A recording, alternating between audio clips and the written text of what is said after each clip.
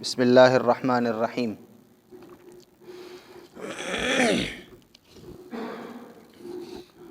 سورۃ یوسف آیت نمبر 32 تک ہم نے ترجمہ اور تفسیر جو ہے وہ مکمل کی تھی، اور ان آخری آیات میں حضرت یوسف علیہ السلام کے متعلق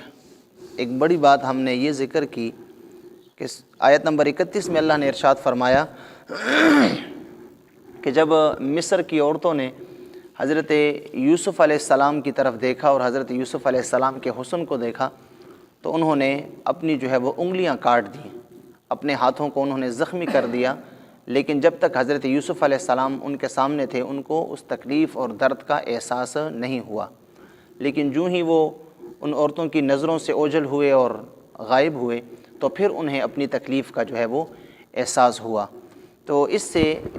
یہ بھی ایک بات واضح طور پہ سامنے آ جاتی ہے کہ حضرت یوسف علیہ السلام جو تھے وہ اللہ تبارک و تعالیٰ کے جو ہے وہ حسین بندوں میں سے تھے، بلکہ اس سورۃ یوسف کے شروع میں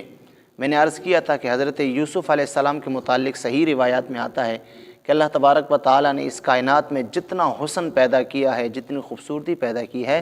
اس کا نصف یعنی بالکل آدھا حسن حضرت یوسف علیہ السلام کو دیا گیا تھا، اور باقی آدھا جو ہے وہ باقی مخلوقات میں تقسیم کیا گیا۔ اب یہاں پہ ہمارے مفسرین کرام اور ہمارے علماء جب بھی اس قسم کی کوئی بات کرتے ہیں یا کسی بھی نبی کی فضیلت کا کوئی خاص پہلو ذکر کرتے ہیں، کسی نبی کی کوئی خصوصیات ذکر کرتے ہیں تو خصوصی طور پہ اس میں اپنے نبی صلی اللہ علیہ وسلم کا تذکرہ بھی کرتے ہیں۔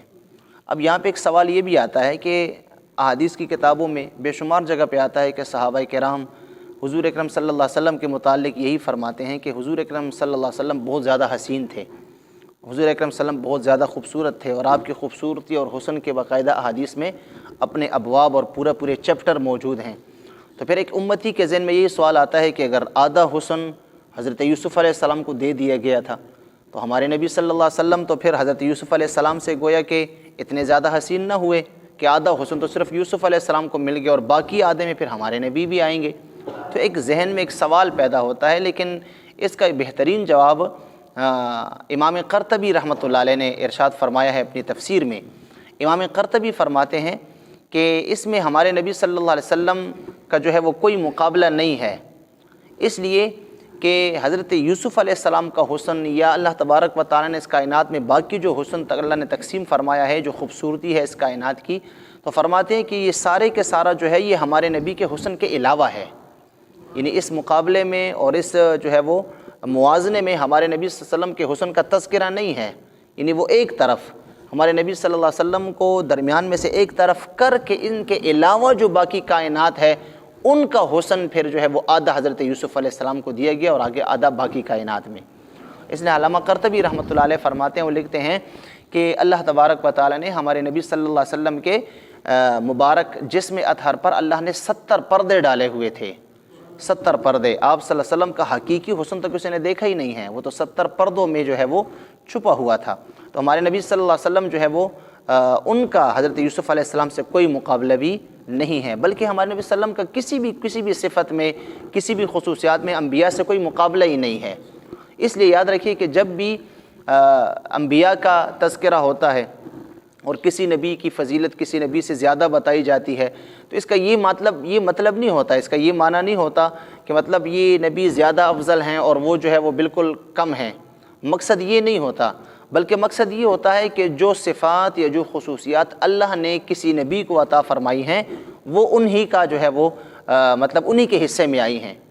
اور ان میں کوئی مقابلہ یا کسی کو کم کرنا جو ہے وہ مقصود نہیں ہوتا، ورنہ اگر کم کرنا مقصود ہو تو پھر یاد رکھیے پھر ہمارے نبی صلی اللہ علیہ وسلم کا فرمان عالی شان ہے لا تفضلونی علی الانبیاء،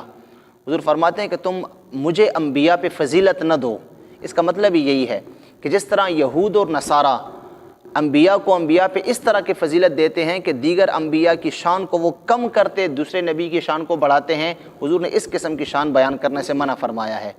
اس طرح یہودی ہیں جو بعض انبیاء کو جو یہودی مانتے ہیں تو ان کی شان اور فضیلت اتنی اوپر بڑھاتے ہیں اور ان کے مقابلے میں دیگر انبیاء کی فضیلت کو بالکل ختم کر دیتے ہیں، ان کے مقابلے میں ان کو بالکل ختم کر کے اعوذ باللہ ان کو حقیر سمجھ کے بیان کرتے ہیں، اس قسم کی فضیلت بیان کرنے سے حضور نے منع فرمایا ہے۔ عیسائی ہیں، حضرت عیسیٰ علیہ السلام کی بڑائی، آپ کی شان اور عظمت اور فضیلت اتنی بیان کرتے ہیں اور اس انداز سے بیان کرتے ہیں کہ دیگر انبیاء کے شان میں تنقیص ہو یا ان کی تردید ہو اور ان کی شان میں جو ہے وہ حقارت جو ہے وہ مقصود ہو، تو پھر اس قسم کی فضیلت بیان کرنا یہ جو بالکل منع ہے۔ بعض اوقات اس قسم کی باتیں انسان کو کفر کی حد تک پہنچا دیتی ہیں، لیکن ہمارا اسلام، ہماری شریعت بڑا ایک واضح دین ہے۔ ہمارے نبی صلی اللہ علیہ وسلم کی شریعت یہ ہے، اللہ کا حکم یہ ہے کہ ہم نے سارے انبیاء پہ ایمان لانا ہے، آدم علیہ السلام سے عیسیٰ علیہ السلام تک سارے انبیاء۔ ہم مسلمان کسی نبی کی توہین نہیں کرتا، کسی نبی کو حقیر نہیں سمجھتا، کسی نبی کی جو ہے وہ شان میں گستاخی اور بے ادبی نہیں کرتا دیگر مذاہب کے مقابلے میں۔ لیکن بات صرف اتنی ہے کہ ہمارے نبی صلی اللہ علیہ وسلم جو ہے اس کائنات میں تمام انبیاء سے افضل تھے، تمام انبیاء سے افضل ہیں، اور تمام انبیاء سے کل قیامت کے دن بھی ہمارے نبی صلی اللہ علیہ وسلم افضل ہوں گے، اور آپ کی خصوصیات اور آپ کے مراتب وہ سب سے جدا ہیں۔ تو ہمارے نبی صلی اللہ علیہ وسلم کا حسن و جمال جو تھا، علامہ قرطبی کی روایت کے مطابق وہ حضرت یوسف علیہ السلام کے مقابلے میں ہے ہی نہیں، وہ اس سے بالکل جدا ہے۔ اس لیے صحابہ کرام، اگر آپ ان کی تاریخ دیکھیں سرکار دو عالم صلی اللہ علیہ وسلم کی سیرت طیبہ میں، تو صحابہ نے ہمارے نبی صلی اللہ علیہ وسلم کا حسن بہت ایک منفرد انداز سے انہوں نے بیان کیا ہے۔ جس طرح کہ حضرت ابو ہریرہ رضی اللہ تعالیٰ عنہ، ان کی حدیث ہے، آپ فرماتے ہیں کہ حضور اکرم صلی اللہ علیہ وسلم اتنے خوبصورت تھے، اور آپ کا چہرہ اتنا چمکا کرتا تھا اور آپ کے چہرے میں اتنا نور تھا کہ یتلألأ فی الجدر، کہ آپ کے چہرے کے جو عکس اور ان کی روشنی جب دیوار پہ پڑتی تو دیواروں پہ آپ کا عکس نظر آیا کرتا تھا۔ جس طرح کسی چیز کا سایہ ہوتا ہے نا، کوئی چمکدار چیز ہو اس کا سایہ سامنے جا کے پڑتا ہے، تو اس طرح سرکار دو عالم صلی اللہ علیہ وسلم کے حسن کا جو عکس تھا وہ دیواروں میں نظر آیا کرتا تھا۔ اور بعض روایات میں آتا ہے، آپ فرماتے ہیں کأن الشمس تجری فی وجہہ، آپ جو ہے وہ اتنے خوبصورت تھے کہ جب کوئی آپ کو دیکھتا نا تو وہ یوں محسوس کرتا گویا کہ سورج آپ کے چہرے انور سے نکل رہا ہے، اتنا روشن چہرہ تھا، سورج آپ کے چہرے انور سے نکل رہا ہے۔ خوبصورتی کا یہ عالم تھا، آپ کی نورانیت کا یہ عالم تھا۔ حضرت ام المؤمنین عائشہ صدیقہ رضی اللہ عنہا، ان کی وہ مشہور حدیث ہے، آپ فرماتی ہیں کہ ایک اندھیری رات تھی اور میں بیٹھی تھی اور کچھ سی رہی تھی، اور چراغ جو ہے وہ بجھ گیا، اس میں تیل ختم ہو گیا، اب اور تھا کچھ تھا نہیں، تو اندھیرے میں ہیبت سے میرے ہاتھ سے وہ سوئی جو ہے وہ گر گئی۔ کافی اندھیرے میں نیچے تلاش کرتی رہی لیکن مجھے وہ سوئی جو ہے وہ نہیں ملی۔ اسی دوران سرکار دو عالم صلی اللہ علیہ وسلم میرے حجرے میں تشریف لائے، جو ہی آپ اندر داخل ہوئے اتنی روشنی پھیلی اس کمرے میں کہ اس روشنی میں میں نے وہ گری ہوئی سوئی کو اٹھا لیا۔ مطلب آپ کی خوبصورتی کا یہ عالم تھا، ہمارے نبی صلی اللہ علیہ وسلم اتنے زیادہ خوبصورت تھے۔ حضرت جابر بن سمرہ رضی اللہ عنہ، آپ فرماتے ہیں 14ویں رات تھی، 14ویں کا چاند جو ہے بالکل افق پہ تھا، تو میں کسی کام سے رات کو عشاء کا وقت تھا، میں حضور صلی اللہ علیہ وسلم کے پاس جو ہے وہ چلا گیا۔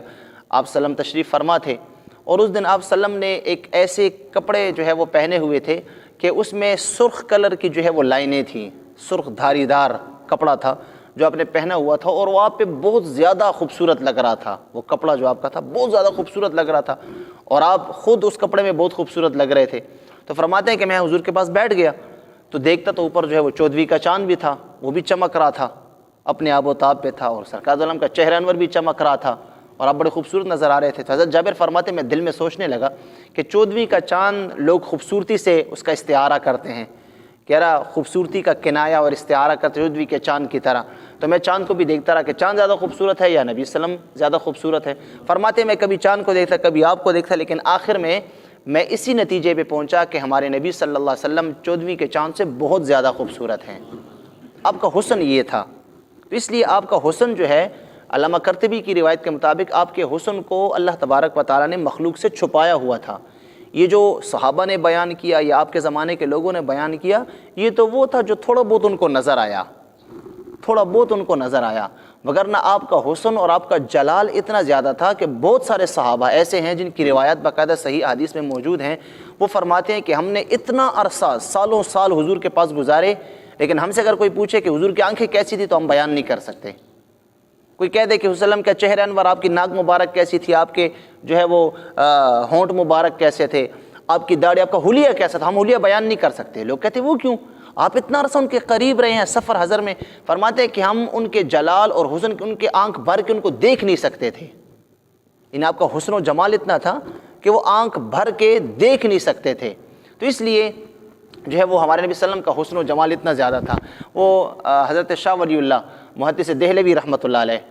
شاہ ولی اللہ محدث دہلوی رحمۃ اللہ علیہ اپنے والد حضرت شاہ عبد الرحیم رحمۃ اللہ علیہ کی بعض مبشرات ہیں، بعض ان کی خوابیں ہیں، بعض ان کے کشف اور الہام کی باتیں انہوں نے ایک کتاب میں جمع کی ہیں الدر الثمین کے نام پہ۔ تو وہ فرماتے ہیں کہ میرے والد حضرت شاہ عبد الرحیم محدث دہلوی رحمۃ اللہ علیہ وہ فرماتے ہیں کہ ایک رات جو ہے وہ میں نے خواب میں سرکار دو عالم صلی اللہ علیہ وسلم کی زیارت کی، تو آپ صلی اللہ علیہ وسلم سے باتیں کر رہا تھا میں خواب میں، تو اسی دوران میرے ذہن میں ایک سوال آیا، میں نے وہ سوال حضور سے پوچھا، تو میں نے عرض کیا رسول اللہ حضرت یوسف علیہ السلام کے متعلق تو مشہور ہے اور قرآن میں آیا ہے کہ ان کو دیکھ کر مصر کی عورتوں نے جو ہے وہ اپنی انگلیاں کاٹ دی تھی اور ان کو تکلیف کا احساس ہی نہیں ہوا تھا، مطلب اتنا زیادہ حسن تھا کہ ان کو اپنی تکلیف کا احساس ہی نہیں ہوا۔ یا رسول اللہ آپ کے متعلق اس قسم کی کوئی روایت نہیں ہے، آپ کے متعلق، حالانکہ آپ بھی بڑے حسین و جمیل ہیں، لیکن آپ کے متعلق اس قسم کی کوئی روایت ہمیں نہیں ملتی کہ آپ کو دیکھ کر کسی نے اپنے ہاتھ کاٹے ہوں یا کسی نے انگلیاں کاٹی ہوں ان کو تکلیف کا احساس نہ ہوا ہو۔ تو آپ فرماتے ہیں کہ حضور اکرم صلی اللہ علیہ وسلم نے مجھے جواب ارشاد فرمایا، اے شاہ عبد الرحیم، اصل میں اللہ تعالیٰ نے میرے حسن پہ جو ہے وہ 70 پردے ڈال رکھے ہیں، میرے حسن پہ 70 پردے ڈال رکھے ہیں، اگر اللہ تعالیٰ میرے حسن کو ان 70 پردوں سے نکال دیتا اور آشکارا کر دیتا تو تم حضرت یوسف علیہ السلام کے زمانے کی عورتوں سے بہت زیادہ کچھ میرے زمانے میں دیکھتے، لیکن اللہ تعالیٰ نے میرے حسن کو چھپایا ہوا ہے۔ اس لیے یاد رکھیے ہمارے نبی صلی اللہ علیہ وسلم کا حسن و جمال وہ حضرت یوسف علیہ السلام سے بہت زیادہ تھا، لیکن اس جو کہا جاتا ہے کہ آدھا حسن حضرت یوسف کو دیا گیا اور آدھا جو ہے وہ دیگر جو ہے وہ مخلوقات میں تقسیم کیا گیا، وہ ہمارے نبی صلی اللہ علیہ وسلم کے حسن کے علاوہ ہے، یعنی اس جو ہے وہ مقابلے میں آپ نہیں ہیں۔ تو یہ ایک امتی کا جو امتی کے جو جذبات ہوتے ہیں اس کا بھی یہ تقاضا ہے کہ امتی ہمیشہ ہر معاملے میں اپنے نبی صلی اللہ علیہ وسلم کو سب سے افضل اور ہر معاملے میں سب سے اعلیٰ اور سب سے جو ہے وہ بے مثال وہ جانے گا۔ اللہ تعالیٰ ہم سب کو سمجھنے اور عمل کرنے کی توفیق عطا فرمائے۔ اللہم ربنا آتنا فی الدنیا حسنہ وفی الآخرۃ حسنہ وقنا عذاب النار وادخلنا الجنۃ مع الابرار یا عزیز یا غفار یا رب العالمین برحمتک یا ارحم الراحمین۔